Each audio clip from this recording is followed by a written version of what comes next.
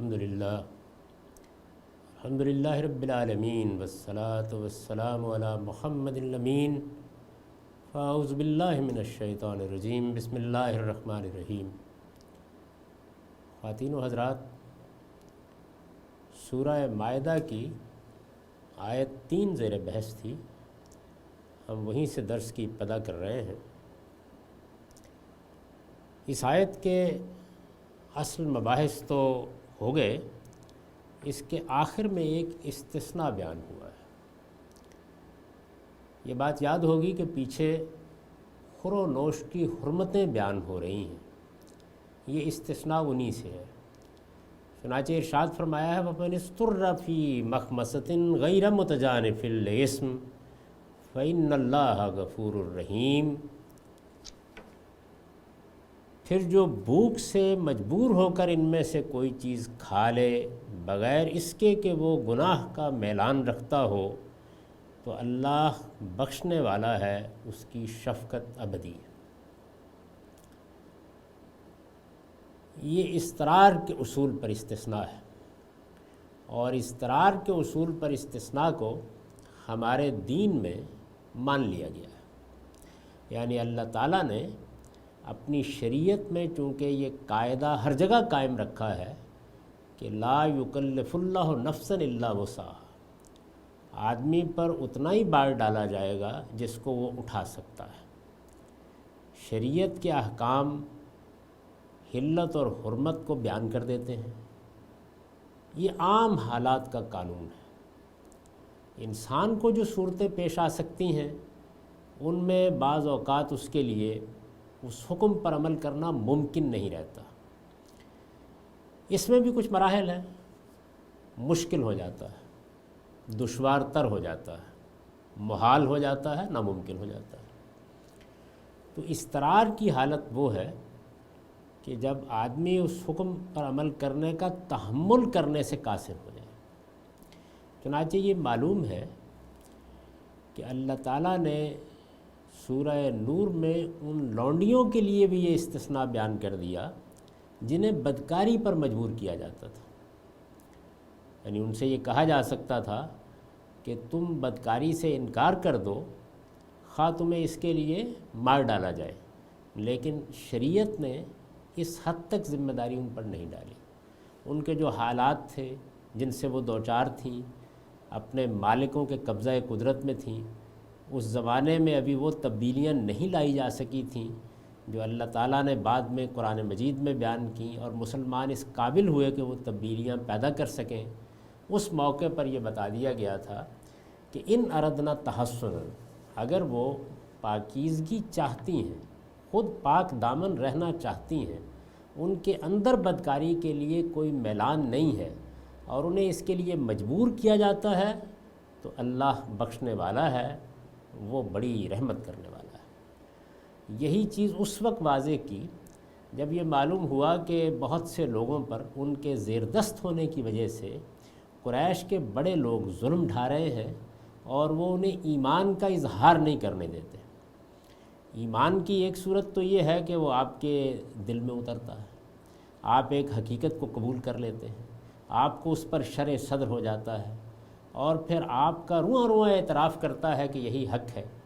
اللہ تعالیٰ کے ہاں یہ بہت کافی ہے، لیکن اس کے بعد اس کا ایک تقاضا یہ بھی ہے کہ آپ سوسائٹی کے سامنے اس کی شہادت دیں، یعنی لوگوں کے سامنے کھڑے ہو کر یہ کہے کہ میں اس بات کی گواہی دیتا ہوں کہ اللہ کے سوا کوئی الہ نہیں ہے، اور محمد صلی اللہ علیہ وسلم اللہ کے پیغمبر ہیں۔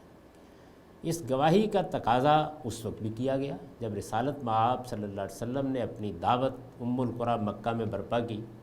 لوگوں نے اس پر لبیک کہا، لیکن سب کے سب لوگ آزاد نہیں تھے، ان میں سے بہت سے زیر دست تھے، عورتیں تھیں وہ اپنے شوہروں کے تحت تھیں، غلام تھے وہ اپنے آقاؤں کے تحت تھے۔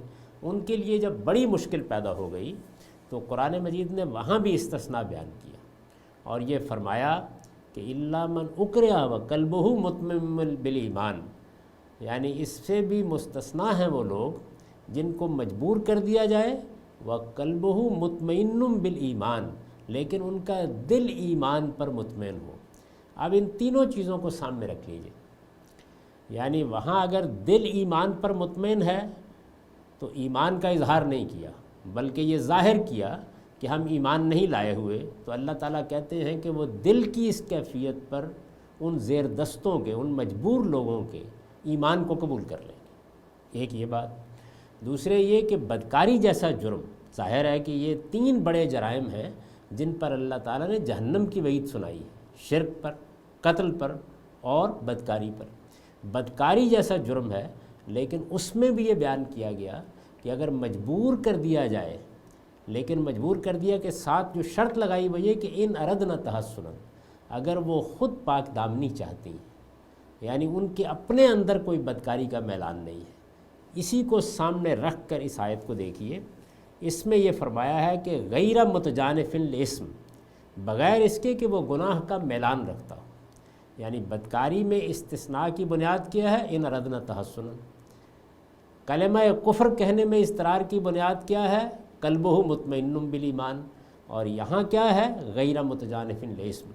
تو جب اس درجے کی چیزیں زیر بحث آ جائیں، یہ میں نے عقیدے کی مثال بھی دے دی، اخلاق کی حرمت کی مثال بھی دے دی، اور خور و نوش کی حرمت یہاں زیر بحث ہے، تو ان سب میں یہ بات واضح کر دی ہے کہ حالت اضطرار میں اللہ تعالیٰ مواخذہ اٹھا دیتے ہیں، یعنی یہ نہیں ہے کہ وہ چیز جائز ہو جاتی ہے، اللہ تعالیٰ حالت اضطرار میں اس پر مواخذہ اٹھا دیتے ہیں، لیکن یہ ضروری ہے کہ حالت اضطرار تک ہی عمل بھی محدود رہے، اس میں کوئی میلان نہ ہو۔ اسی کو دوسری جگہ بیان کیا ہے غیر باغن ولا عاد، یعنی نہ آدمی حد سے تجاوز کرنے والا ہو، نہ اس چیز کی طرف میلان رکھتا ہو، نہ خواہش نفس کا اسیر ہو کر ایسا کرے، بلکہ اضطرار اور مجبوری کی وجہ سے وہ کسی حرام سے فائدہ اٹھانا چاہے۔ یہ چیز ہے جس کو بہت اچھی طرح یہاں سمجھ لینا چاہیے۔ چنانچہ اس پر البیان کا نوٹ یہ ہے، مطلب یہ ہے کہ ان محرمات سے استثناء صرف حالت اضطرار کا ہے۔ اس سے یہ بیان کرنا مقصود ہے کہ جو چیزیں اللہ کے دین میں حرام قرار دے دی جاتی ہیں، خواہ وہ اخلاقی حرمت کی نوعیت رکھتی ہوں، یا خور و نوش کی حرمت کی نوعیت رکھتی ہوں، یا کسی اور نوعیت کی حرمت ان کے اندر پائی جاتی ہو، ان سب چیزوں میں یہ صرف حالت اضطرار ہے جو استثناء کا موجب بن سکتی ہے، اور وہ بھی اس طرح کہ آدمی نہ خواہش مند ہو اور نہ ضرورت کی حد سے آگے بڑھنے والا۔ غیر باغن ولا عاد میں جو بات کہی ہے یہ اسی کا بیان ہے، یعنی نہ تو اپنے اندر کوئی خواہش ہو کہ موقع مل گیا ہے، اضطرار کی صورت پیدا ہو گئی ہے، کوئی جائز چیز کھانے کو نہیں مل رہی، تو اب گویا میں بھی اس کی خواہش رکھتا ہوں کہ اس موقع سے فائدہ اٹھا کر جو کچھ لذت کام و دہن کا سامان کیا جا سکتا ہے کر لوں۔ یہ چیز اگر ہے تو اس کے معنی یہ ہے کہ اللہ کی قائم کردہ حرمت کو دل سے مانا ہی نہیں گیا۔ دوسری چیز کیا ہے؟ نہ ضرورت کی حد سے آگے بڑھنے والا، یعنی آپ کو بھوک مٹانے کے لیے کچھ کھانا ہے تو بھوک مٹانے تک محدود رہیے، اس لیے کہ یہ اللہ کا دیا ہوا استثناء ہے، اس میں اتنا ہی ہو سکتا ہے جس حد تک اللہ نے اس کی حد قائم کر دی۔ استاد امام لکھتے ہیں مخمصہ، آیت میں اوپر یہ آیا ہے کہ وہ کسی ایسی حالت میں یہ کرے جو مخمصہ کی حالت ہو، فمن اضطر فی مخمصۃ، جو بھوک سے مجبور ہو کر ان میں سے کوئی چیز کھا لے۔ تو مخمصہ کی قید سے یہ بات صاف نکلتی ہے کہ جہاں دوسرے غذائی بدل موجود ہوں، یعنی آپ کے پاس کھانے کی دوسری چیزیں موجود ہیں، جہاں دوسرے غذائی بدل موجود ہوں، وہاں مجرد اس عذر پر کہ شرعی ذبیحہ کا گوشت میسر نہیں ہوتا، جیسا کہ یورپ اور امریکہ کے اکثر ملکوں کا حال ہے، ناجائز کو جائز بنا لینے کا حق کسی کو نہیں۔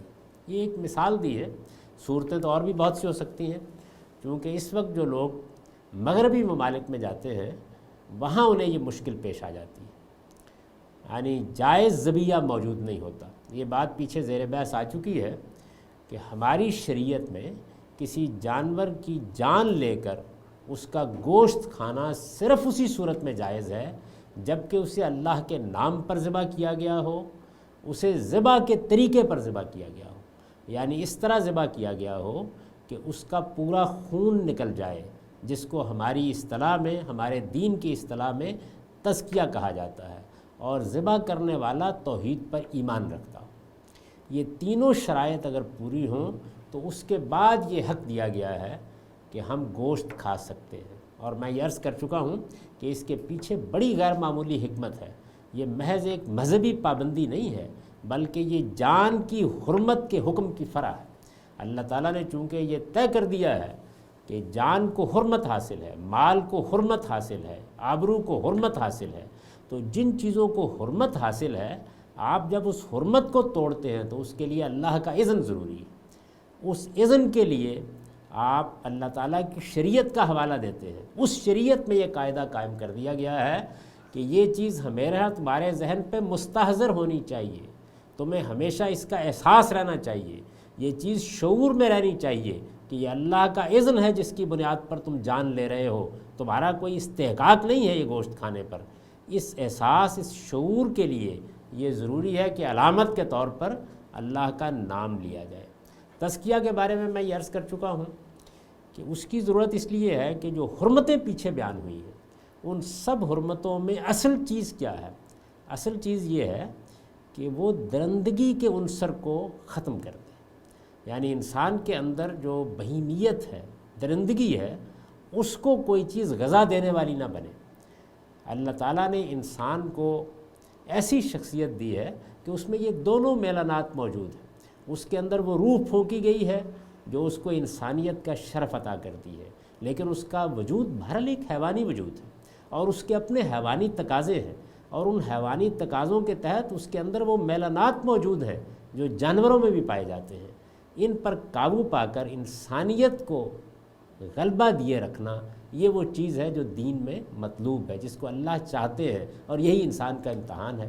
انسان کو اس امتحان میں ڈالا گیا ہے تو یہ اسی صورت میں ممکن ہوا ہے کہ اس کے اندر اس کے حیوانی وجود کو اور اس کے انسانی وجود کو ایک اختلاط میں ڈال دیا گیا ہے۔ اگر یہ اختلاط نہ ہوتا تو پھر وہ میلانات نہ ہوتے جو اس وقت ہم انسانیت میں ظہور پذیر ہوتے دیکھتے ہیں یا پوری تاریخ میں دیکھتے رہے ہیں۔ چنانچہ اس کو پیش نظر رکھ کر یہ حرمتیں قائم کی گئی ہیں۔ اصلاً یہ چیز ہے، اس میں سب سے بڑی چیز یہ ہے کہ آدمی خون پینے لگے۔ یہ تو دیکھیے اس وقت بھی اگر کوئی آدمی آپ کو یہ کہے کہ میں خون پیتا ہوں، یعنی میں ذبح کرتا ہوں کسی جانور کو اور پھر اس کا گرم گرم خون ایک پیالے میں بھر کے پی جاتا ہوں، تو جو کچھ بھی آپ کا تاثر ہوگا اس کی کیا بنیاد ہے؟ پینے کی ایک چیز ہے، پی لیا۔ بہت سے مشروبات ہیں انسان اس کو پیتا ہے، لیکن آپ فوراً یہ محسوس کریں گے کہ اس کی انسانیت میں کوئی کمی آ گئی ہے، اس کے اندر درندگی کا غلبہ ہو رہا ہے، اس کی بہیمیت اس پر غلبہ پا رہی ہے، اس کے اندر کا جانور اس پر غلبہ پا رہا ہے۔ اور دنیا میں چونکہ امن مقصود ہے، اس لیے کہ انسان کی ترقی، انسان کا خدا کے ساتھ تعلق، انسان کا انسانوں کے ساتھ تعلق، یہ امن پر منحصر ہے۔ یہ امن ہے جس کے لیے انبیاء علیہ السلام نے انسان کو بہت سے حدود کا پابند کیا ہے۔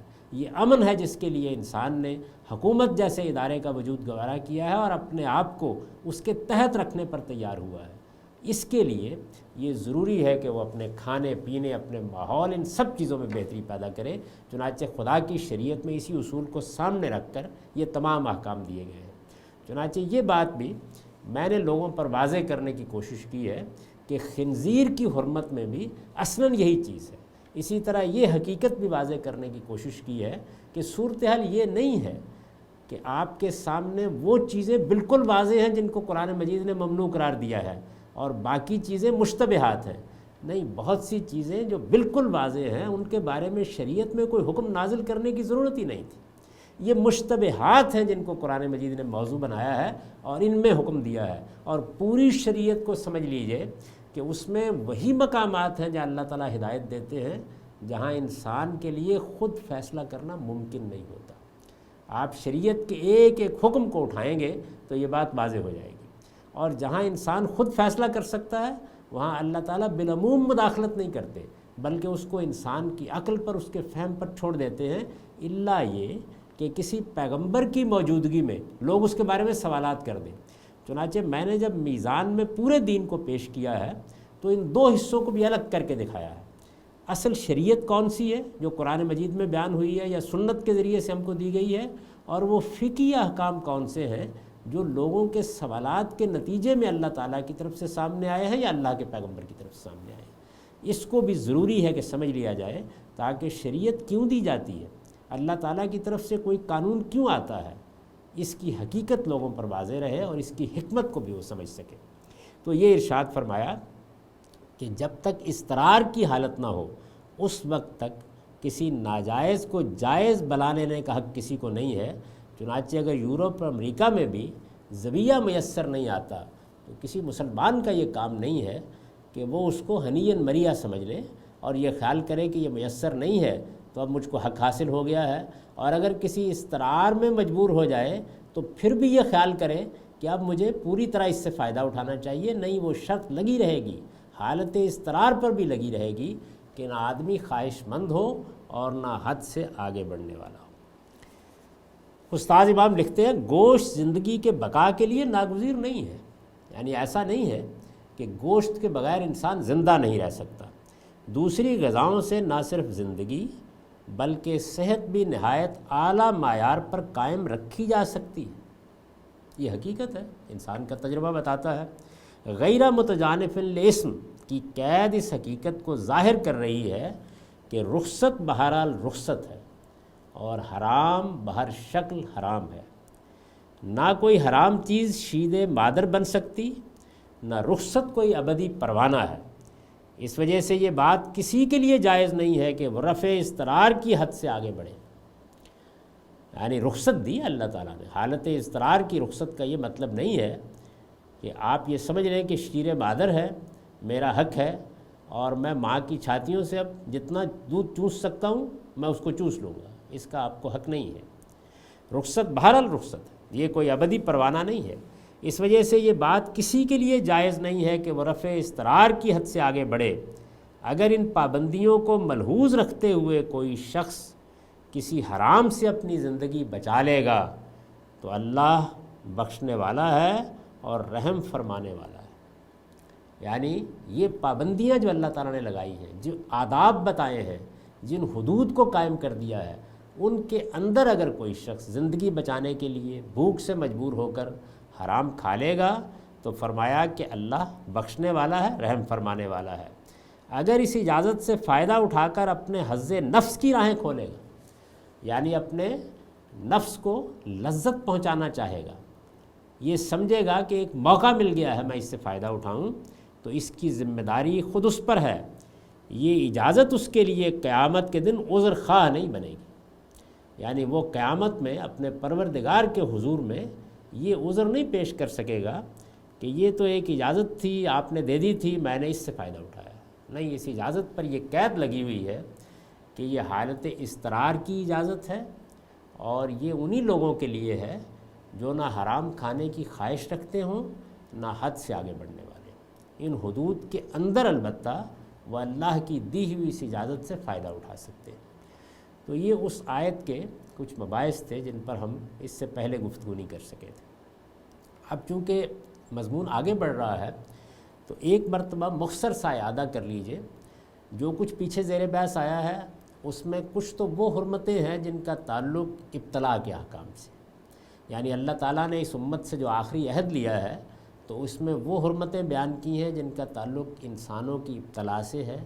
اس میں بالخصوص حالت احرام کے احکام زیر بحث آئے ہیں، اور اسی کے ذیل میں ان حرمتوں کی طرف بھی توجہ دلا دی ہے جن میں اللہ کے شاعر کا کوئی حصہ زیر بحث آتا ہے، یعنی وہ شاعر جو مثال کے طور پر حرم کی صورت میں، حرم کے آداب کی صورت میں، حرم کی زیارت کی صورت میں، عمرہ کی صورت میں، حج کی صورت میں قائم کر دیے گئے ہیں، ان پر ہم تفصیل کے ساتھ گفتگو کر چکے ہیں۔ اس کے بعد پھر یہ خور و نوش کی حرمتیں زیر بحث آ گئی ہیں، اور اس مضمون کے ساتھ گویا یہ بات واضح کر دی ہے کہ اللہ تعالیٰ کے ہاں حرام و حلال کے قاعدے کیا ہیں۔ ان حرمتوں میں یہاں چونکہ تکمیل کے احکام ہیں تو اس لیے ان چیزوں کی بھی وضاحت کر دی ہے جو لوگوں کے ذہن میں پیدا ہو سکتی تھیں، اور اسی سے یہ بات معلوم ہو گئی کہ اجتہاد کے اصول کیا ہیں، یعنی نئی چیزوں کا الحاق کیسے کیا جاتا ہے۔ دین میں اگر کوئی بات کہی گئی ہے تو اس کی علت کس طرح متعین کی جاتی ہے اور پھر اس کو کس طرح وسیع کیا جاتا ہے۔ تو یہ وہ تعلیم ہے جو ان آیات سے ہمارے سامنے وضاحت کے ساتھ آ جاتی ہے۔ اس باب میں ایک سوال بھی سامنے آیا تھا، اور وہ سوال یہ تھا کہ جہاں یہ بیان ہوا ہے کہ ایمان والو اللہ کے شاعر کی بے حرمتی نہ کرو، اور اس میں پھر وضاحت کی ہے کہ نہ حرام مہینوں کی، نہ ہدی کے جانوروں کی، نہ ان میں سے بالخصوص ان جانوروں کی جن کے گلے میں نظر کے پٹے بندھے ہوئے ہوں، وہیں یہ فرمایا تھا، اور نہ عازمین بیت الحرام کی جو اپنے پروردگار کی عنایتوں اور اس کی خوشنودی کی تلاش میں نکلتے ہیں۔ اس میں پھر مسلمانوں کو تنبیہ کی گئی تھی کہ تمہارے لیے مسجد حرام کا راستہ کچھ لوگوں نے بند کر دیا تھا۔ اب ظاہر ہے کہ یہ بات جب کہی گئی تو اس سے مراد تو بالبداہت واضح ہے کہ قریش، یہ راستہ انہی نے بند کیا تھا۔ قریش کیا مسلمان ہو گئے ہیں جس کے بعد یہ ہدایت کی جا رہی ہے کہ ان کی دشمنی بھی تمہیں آمادہ نہ کرے، یا ابھی وہ مسلمان نہیں ہوئے؟ دونوں امکانات، دونوں کا احتمال ہے۔ اس وجہ سے کہ ایک زمانہ فتح مکہ کے بعد وہ بھی گزرا ہے جس میں ابھی اللہ تعالیٰ نے سورہ توبہ کے احکام نہیں دیے تھے۔ سورہ توبہ میں تو یہ وضاحت کر دی ہے کہ لا یقربوا المسجد الحرام بعد عامہم ھذا، یعنی یہ مشرکین اب مسجد حرام کے قریب نہ آئیں، لیکن اسی میں یہ بتا دیا کہ بعد عامہم ھذا، اس سال کے بعد قریب نہ آئیں۔ تو اس سے یہ بات نکلتی ہے کہ اس سے پہلے ان کے لیے حرم میں آنے، زیارت کرنے، عمرہ کرنے، حج کرنے کی اجازت تھی۔ ایک پہلو یہ ہے، چنانچہ ہمارے بہت سے مفسرین نے اسی سے متعلق اس کو مانا ہے۔ دوسری چیز یہ ہے کہ کیا آیت کے اندر کوئی ایسی چیز ہے کہ جو یہ مضمون یا یہ مدعا سمجھنے میں رکاوٹ بن رہی ہو؟ تو اگر آپ آیت کو پڑھیں تو اس میں یہ الفاظ ہے کہ ان عازمین کی راہ میں رکاوٹ نہ بنو، یبتغون فضلا من ربہم ورضوانا، یعنی جو حرم کا قصد کر کے نکلے ہیں، حرم کی زیارت کے لیے نکلے ہیں، عمرے اور حج کے لیے نکلے ہیں، اور وہ اپنے پروردگار کی عنایتوں اور اس کی خوشنودی کی تلاش میں نکلے ہیں۔ تو یہ الفاظ ایسے ہیں کہ جن سے یہ خیال ہوتا ہے کہ یہ مشرکین کے لیے موضوع نہیں ہو سکتے، یعنی اللہ تعالیٰ کی طرف سے یہ ایک غیر معمولی خراج تحسین ہے۔ یہ بات بیان کی گئی ہے کہ یہ میرے بندے ہیں، یہ اس مقصد کے لیے نکلے ہیں کہ میری خوشنودی چاہیں، اور اس مقصد کے لیے نکلے ہیں کہ میری رضا طلب کریں اور میری عنایت کے، میری رحمت کے مستحق ہوں۔ اس مقصد کے لیے نکلے ہیں۔ کیونکہ یہ مقصد بڑا غیر معمولی ہے، بہت پاکیزہ ہے، خالص خدا کے لیے نکلنا ہے۔ مشرکین کے ہاں یہ چیز موجود نہیں تھی، تو اس وجہ سے بعض اہل علم نے یہ رائے قائم کی کہ یہاں اس سے مراد وہ لوگ ہیں کہ جو اب اسلام قبول کر چکے ہیں، لیکن اس کا امکان تھا کہ مسلمان پرانی دشمنی کی بنا پر کوئی اس نوعیت کا اقدام کر بیٹھے۔ یہ نہیں ہے کہ مسلمان یا صحابہ کرام یا رسالت مآب صلی اللہ علیہ وسلم یا نبی صلی اللہ علیہ وسلم کے وہ ساتھی جو شب و روز آپ کی باتیں سنتے اور آپ کی صحبت سے فائدہ اٹھاتے تھے، اس طرح کوئی اقدام کریں گے۔ اس وقت اسلام پھیل چکا تھا، جگہ جگہ لوگ موجود تھے، قافلوں کو ہر جگہ سے آنا ہوتا تھا، تو اس وجہ سے اندیشہ تھا کہ بعض لوگ تعرض نہ کریں یا ان کے راستے میں رکاوٹ نہ ڈالیں۔ تو یہ دو چیزیں، یہ جملہ ہے جو اس میں بظاہر رکاوٹ بنتا ہے۔ میرا رجحان چونکہ جب میں نے یہ ترجمہ و تفسیر کا کام کیا ہے تو یہی تھا کہ اس میں یبتغون فضلا من ربہم ورضوانا کے الفاظ مانے ہو رہے ہیں، لہٰذا اس سے انہی لوگوں کو مراد لینا چاہیے جو اسلام قبول کر لینے کے بعد اب حرم کی زیارت کا عزم لے کر آ رہے ہیں۔ تو یہ رجحان ہے جس کے استدلال کو واضح کرنا ضروری تھا، وہ میں نے واضح کر دیا۔ ان دو باتوں کو سمجھ لینے کے بعد اب ہم آگے بڑھتے ہیں۔ ارشاد فرمایا یسألونک ماذا احل لہم قل احل لکم الطیبات وما علمتم من الجوارح مقلبین تعلمونہن مما علمکم اللہ۔ وہ تم سے پوچھتے ہیں کہ ان کے لیے کیا چیز حلال ٹھہرائی گئی ہے، یعنی اس سے پیچھے ظاہر ہے کہ حرمتیں بیان ہوئی ہیں۔ یہ سوال کیوں پیدا ہوا؟ ظاہر ہے کہ سورہ نازل ہو رہی ہے، اللہ تعالیٰ کے پیغمبر کی طرف سے یہ احکام سنائے جا رہے ہیں، اس کے دوران میں یا اس کے پس منظر میں یہ سوال پوچھا گیا ہے، تو اس کو قرآن نے نقل کیا۔ یسألونک ماذا احل لہم، وہ تم سے پوچھتے ہیں کہ ان کے لیے کیا چیز حلال ٹھہرائی گئی ہے۔ میں نے اس پر لکھا ہے یہ سوال اس وجہ سے پیدا ہوا ہے کہ اوپر کی آیتوں میں بعض ایسی چیزوں کی حرمت بیان ہوئی ہے جن کے حلال ہونے کا گمان ہو سکتا تھا، یعنی لوگ اپنی عقل سے، اپنے فہم سے فیصلہ کر رہے ہوتے تو سوچ سکتے تھے کہ اس چیز کو حلال ہونا چاہیے۔ اللہ تعالیٰ نے وضاحت کر دی کہ ان کو حرام ٹھہرایا گیا ہے۔ اس کی ایک مثال درندے کے پھاڑے ہوئے جانور ہیں، یعنی اگر کسی درندے نے کسی جانور کو پھاڑ دیا ہے تو بظاہر تو یہ ہوتا ہے نا کہ خون بھی نکل گیا ہے، تو لوگ یہ خیال کر سکتے تھے کہ کیا یہ حلال ہوگا۔ ان کے بارے میں جب یہ وضاحت کی گئی کہ وہ صرف اسی صورت میں حلال ہے جب ان کو زندہ حالت میں ذبح کر لیا جائے، تو صدائے ہوئے جانوروں کے شکار سے متعلق بھی بعض سوالات پیدا ہو گئے۔ یعنی جب ایک چیز کی وضاحت سامنے آئی، اسی کی طرف میں نے اشارہ کیا تھا کہ جب اللہ تعالیٰ کوئی حکم بیان کر دیں گے تو انسانی عقل مجبور ہے کہ وہ اس کی علت پر غور کرے، اس کی تفریعات پر غور کرے، اس کا جو نتیجہ نکل رہا ہے اس پر غور کرے، اور پھر بعض سوالات پیدا کر دیں۔ تو یہاں پر بھی یہ سوال پیدا ہوا کہ صدائے ہوئے جانوروں کے معاملے میں پھر کیا احکام ہوں گے۔ اس صورتحال میں لوگوں نے پوچھا ہے کہ پھر کیا مناسب نہیں کہ انہیں یہ بتا دیا جائے کہ ان کے لیے حلال کیا کیا چیزیں ہیں۔ یعنی جب حرمتوں کی وضاحت کی گئی تو پہلا خیال یہ تھا کہ بس یہی چیزیں حرام ہیں۔ جب ان کی توضیح میں بعض دوسری چیزیں آ گئیں تو خیال ہوا کہ جن چیزوں کو ہم حلال گمان کر رہے تھے ان کے معاملے میں بھی اللہ کا فتویٰ یہ ہے۔ اس صورتحال میں پھر الٹ کر سوال پوچھا گیا کہ یہ واضح کر دیجئے کہ حلال کیا کیا چیزیں ہیں۔ تو یہ سوال اس پس منظر میں سامنے آیا ہے۔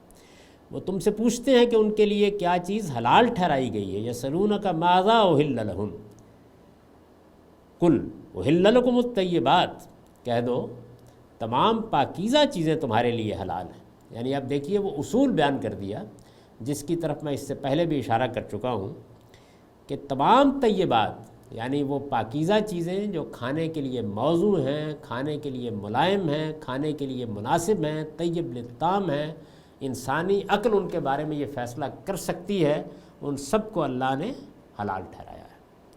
چنانچہ اس پر البیان کا نوٹ ہے، اصل میں لفظ طیبات آیا ہے، یہ خبائث کا ضد ہے۔ یعنی بہت سی چیزیں ایسی ہیں کہ جن کا کھانا ہم موضوع نہیں سمجھتے، جن سے کراہت محسوس کرتے ہیں، جن چیزوں کے بارے میں ہمارا اپنا گمان بھی یہی ہوتا ہے کہ یہ کھانے کی چیزیں نہیں ہیں، جن کے معاملے میں عقل خود فیصلہ کر دیتی ہے۔ انسان ہمیشہ سے ان کے بارے میں یہی سمجھتا رہا ہے کہ یہ کھانے کے لیے موضوع نہیں، اللہ تعالیٰ نے ان کو کھانے کے لیے پیدا نہیں کیا ہے۔ تو خبائث کے ضد کے طور پر جو لفظ قرآن میں استعمال ہوتا ہے حرمتوں اور حلتوں کی بحث میں، وہ الطیبات ہے۔ مدعا یہ ہے کہ وہ تمام چیزیں حلال ہیں جو اپنے مزاج اور اپنی سرشت کے لحاظ سے انسانیت کے ساتھ مناسبت رکھتی ہیں۔ یعنی جو بات اصول میں ہے وہ یہ ہے کہ انسان کی شخصیت دو چیزوں کا مجموعہ ہے، ایک اس کے اندر وہ روح ہے جو انسانی شعور لے کر آئی ہے، اور ایک اس کا حیوانی وجود ہے۔ تو وہ چیزیں جو انسانیت کے ساتھ مناسبت رکھتی ہیں وہ سب طیبات ہیں، اور انسان کا ذوق سلیم جن کو کھانے کے لیے موضوع سمجھتا ہے، ذوق سلیم یعنی انسان نے اگر اپنی فطرت کو مسخ نہیں کیا تو عام طور پر وہ درست فیصلہ کرتا ہے کہ یہ چیز کھانے کی ہے اور یہ چیز کھانے کی نہیں ہے، الا یہ کہ اللہ تعالیٰ اپنے پیغمبروں کے ذریعے سے اس کی کسی غلطی کی اصلاح کر دے۔ انسان جب خود فیصلہ کرتا ہے تو غلطی بھی کھاتا ہے۔ تو ایسا ہوتا ہے کہ بعض اوقات صرف غلطی کی اصلاح کر دی جاتی ہے، اور اس طرح بھی ہوتا ہے کہ انسان فیصلہ کرنے کی پوزیشن ہی میں نہیں ہوتا۔ جب انسان فیصلہ کرنے کی پوزیشن ہی میں نہیں ہوتا یا معاملہ ایسا مشتبہ ہوتا ہے کہ دونوں جانب دلائل یکساں محسوس ہو رہے ہوتے ہیں، وہاں پھر شریعت نازل ہو جاتی ہے۔ اس اصول کو سمجھ لینا چاہیے۔ چنانچہ حرمتوں اور حلتوں کے معاملے میں بھی اصل اصول کی حیثیت اس چیز کو حاصل ہے کہ تمام طیبات حلال ہیں اور تمام خبائث حرام ہیں۔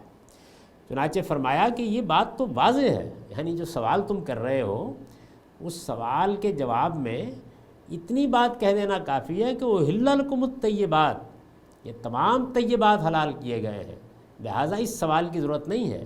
یہ کچھ وہ چیزیں ہیں جن کے بارے میں یا تو تم غلطی کر رہے تھے یا جو رائے تم نے قائم کی تھی اشتباہ کی صورت میں اس کی اصلاح کی ضرورت تھی۔ چنانچہ پھر جو اصل سوال تھا اس کو لے لیا ہے، یعنی جہاں سے سوال پیدا ہوا وہ شکاری جانوروں کا معاملہ تھا۔ تو ارشاد فرمایا کہہ دو تمام پاکیزہ چیزیں تمہارے لیے حلال ہیں، اور شکاری جانوروں میں سے وما علمتم من الجوارح، اور شکاری جانوروں میں سے جن کو اس علم میں سے کچھ سکھا کر تم نے سدھا لیا ہے، ما علمتم من الجوارح مکلبین تعلمونہن مما علمکم اللہ، یعنی اللہ نے تم کو سکھایا، اپنے اسی علم سے کام لے کر تم نے جانوروں کو سدھا لیا۔ ایک ہی جملے میں بہت سے حقائق ہیں جن کو بیان کر دیا۔ انسان کو اللہ تعالیٰ نے یہ صلاحیت عطا فرمائی ہے کہ وہ نہ صرف یہ کہ اپنی جبلتوں کے مطابق زندگی بسر کرتا ہے، اس کے ساتھ وہ ان جبلتوں کا شعور بھی رکھتا ہے، اور پھر اپنے شعوری فیصلوں سے اپنی ان جبلتوں کو قاعدوں اور ضابطوں کا پابند بھی کر لیتا ہے۔ اسی سے انسان کی تہذیب نفس ہوتی ہے، اور اسی کے نتیجے میں انسانیت ارتقاء کے منازل طے کرتی ہے۔ چنانچہ اس پر میں نے لکھا ہے کہ اس میں ایک تو الجوارے کا لفظ ہے، اصل میں لفظ الجوارے استعمال ہوا ہے، اس سے مراد شکاری جانور ہیں، عام اس سے کہ وہ درندوں میں سے ہوں یا پرندوں میں سے، یعنی پرندوں میں بھی شکاری جانور ہوتے ہیں جیسے عقاب وغیرہ ہے، اور درندوں میں بھی شکاری جانور ہوتے ہیں جس طرح شیر ہے، چیتا ہے، تو دونوں طرح کے شکاری جانور یہاں زیر بحث آ گئے۔ یہ جو فرمایا کہ مما علمکم اللہ، تو اس کے بارے میں البیان کا نوٹ ہے، یعنی اپنی جبلتوں کو قواعد و ضوابط کا پابند بنا لینے کا جو سلیقہ اللہ نے تمہیں سکھایا ہے، وہی سلیقہ جن جانوروں کو سدھا کر تم نے ان کے اندر بھی پیدا کر دیا ہے۔ یعنی اپنی جبلتوں کو قواعد و ضوابط کا پابند بنانے کی صلاحیت اللہ نے تمہیں دی تھی، یہ اللہ کا دیا ہوا علم ہے جو انسان کے اندر ودیت کر دیا گیا ہے، اس کا ظہور ہوتا ہے، یہ چیز اللہ نے تمہیں دی، تو تم نے اس کا مطالعہ کر کے، اپنی ذات کا مطالعہ کر کے اس کے اصول نکالے، اور ان اصولوں کی روشنی میں وہ علم پیدا کر لیا جس سے تم جانوروں کو سدھا لیتے ہو۔ تو جن جانوروں کو تم سدھا لو، ظاہر ہے کہ جانور تو بہت سے جو شکار کرتے ہیں، لیکن کچھ جانور ایسے ہیں جو سدھائے جا سکتے ہیں، جیسے لوگ عقاب کو سدھا لیتے ہیں، کتوں کو سدھا لیتے ہیں، تو جن جانوروں کو تم سدھا لو شکار کے لیے، ان جانوروں کے بارے میں کیا ہوگا، ان کے کیے ہوئے شکار کے بارے میں کیا ہوگا؟ فرمایا کہ ان کا کیا ہوا شکار بھی حلال ہے۔ یہ جو حصہ ہے کلام کا، یہ اصل میں مقدر کر دیا ہے۔ قرآن مجید کا عام اسلوب یہ ہے کہ جب ایک بات الفاظ سے نکلی پڑ رہی ہو، جب اس کو وضاحت قرینہ کی بنیاد پر سمجھا جا سکے تو اسے الفاظ میں بیان نہیں کیا جاتا۔ اس اسلوب سے چونکہ اب ہماری زبان آشنا نہیں ہے، تو اس وجہ سے ہمیں قوسین میں اس کی وضاحت کرنا پڑتی ہے۔ یہ وضاحت ناگزیر ہے، یہ قرآن کے فہم کا تقاضا ہے، لیکن احتیاط کے طور پر اس پر قوسین لگا دیے جاتے ہیں۔ یہ قرآن مجید کے مدعا کو سمجھ کر اسے لوگوں تک پہنچانے کی ضرورت ہے، یہ قرآن میں کوئی اضافہ نہیں ہوتا۔ یعنی ایک وہ چیز ہے جو الفاظ کے ترجمے سے ہم بیان کر دیتے ہیں، اور ایک وہ چیز ہے کہ جو ان الفاظ کے باہمی ربط، جملے کی ساخت اور جملوں کے باہمی ربط اور خود کلام کے سیاق و سباق سے نکلی پڑ رہی ہوتی ہے، اس کو قرآن نے الفاظ میں بیان نہیں کیا ہوتا، لیکن اس وقت کے قاری کی یہ ضرورت ہوتی ہے کہ اس کو بھی بیان کر دیا جائے۔ تو یہ ارشاد فرمایا کہ یہ جو جانور تم سدھا لیتے ہو، اور اس علم کی وجہ سے سدھا لیتے ہو جو اللہ نے تمہیں دیا تھا، اور وہ علم یہ تھا کہ تم اپنی جبلتوں کو قواعد و ضوابط کا پابند بنا کے رکھو، کیونکہ تمہاری انسانیت کی تہذیب کے لیے یہ ناگزیر علم تھا۔ تم نے اسی کو استعمال کر کے جن جانوروں کو سدھا لیا، ان کا کیا ہوا شکار بھی حلال ہے۔ یہ بہت غیر معمولی شرف ہے جو ان جانوروں کو حاصل ہو گیا، اور باعث شرف کیا چیز ہے؟ باعث شرف وہ علم ہے کہ جس سے کام لے کر انسان نے ان کو سدھا لیا، گویا ان کے اندر بھی ایک درجے کی انسانیت آ گئی، ان کو بھی جانور سے اوپر اٹھا کر کچھ قواعد، کچھ ضوابط کا پابند بنا لیا گیا۔ اس سے ایک لطیف اشارے میں یہ بات واضح کر دی کہ انسانیت کیا چیز ہے، وہ اصل میں قواعد و ضوابط کی پابندی اور نفس کی تہذیب ہی کا نام ہے۔ وہ تہذیب جس درجے میں ہوگی، اسی درجے میں انسانیت ترقی کرے گی۔ اب اس آیت کا سادہ ترجمہ سن لیجئے۔